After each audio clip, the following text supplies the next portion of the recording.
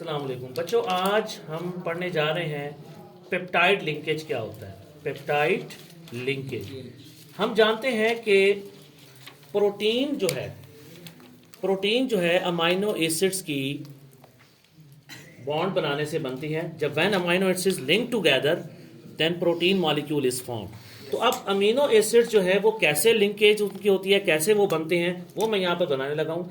आप तमाम लोग जानते हैं कि ये अमीनो एसिड का स्ट्रक्चरल फार्मूला है। इसमें एक तरफ बच्चों COOH कार्बोक्सिलिक एसिड ग्रुप होता है और दूसरी तरफ NH2 ग्रुप होता है। एक तरफ इसमें R जिसको हम अल्काइल चेन या कार्बन चेन उसको हम कह सकते हैं, और एक तरफ उसके हाइड्रोजन होता है। अब जब दो अमीनो एसिड आपस में ज्वाइन करेंगे तो उनकी मैं लिंकेज के बारे में बात कर रहा हूं कि वो ज्वाइन कैसे करेंगे।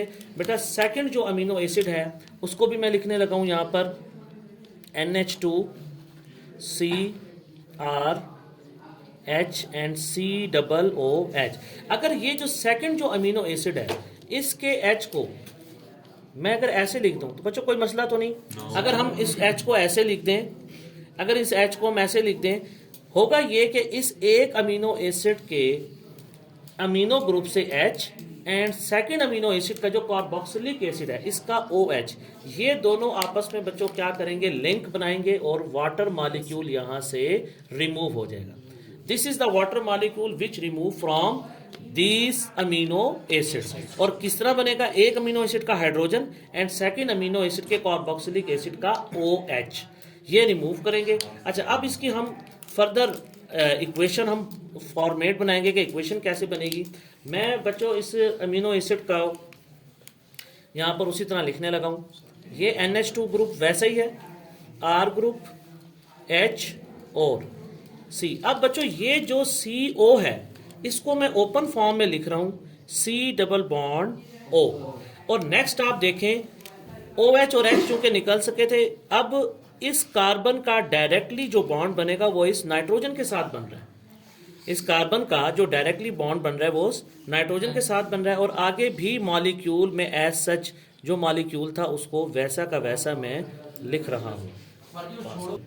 अच्छा बेटा, अब यहाँ पर आप देखें कि ये जो एक अमीनो एसिड का कार्बोनाइल कार्बन है, देखें कार्बन के साथ जब ऑक्सीजन अटैच होती है तो that carbon is known as carbonyl carbon. अब कार्बोनाइल कार्बन जब दूसरे अमीनो एसिड के अमीनो ग्रुप के नाइट्रोजन के साथ बॉन्डिंग बनाती है तो इस लिंकेज को, इस बॉन्ड को बच्चों हम कहते हैं peptide linkage.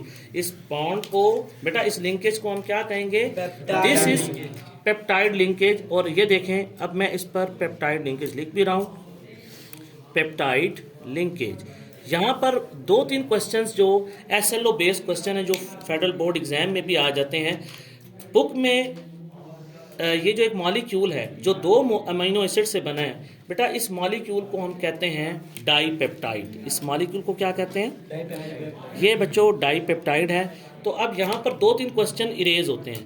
How many amino acids are present in dipeptide, there are 2 amino acid present in dipeptide. एक और question, how many peptide linkage present in a dipeptide.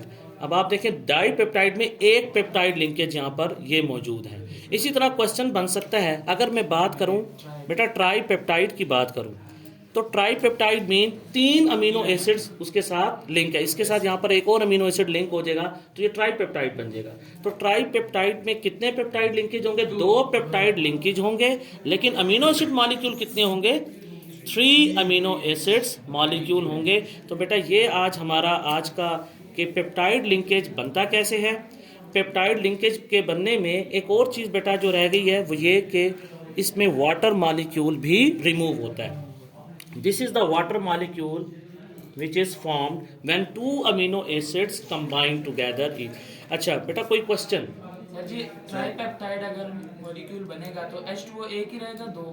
अच्छा बेटा ट्राईपेप्टाइड जब मॉलिक्यूल बनेगा, देखें डाईपेप्टाइड में एक वाटर का मॉलिक्यूल रिमूव हो रहा है, तो ट्राईपेप्टाइड में 2 वाटर मॉलिक्यूल्स आर रिमूव। और याद रखें water molecules and peptide linkage ये तादाद हमेशा बराबर रहेगी। अगर ट्राईपेप्टाइड में 2 पेप्टाइड लिंकेज हैं तो 2 ही वाटर मॉलिक्यूल्स उसमें से रिमूव होंगे।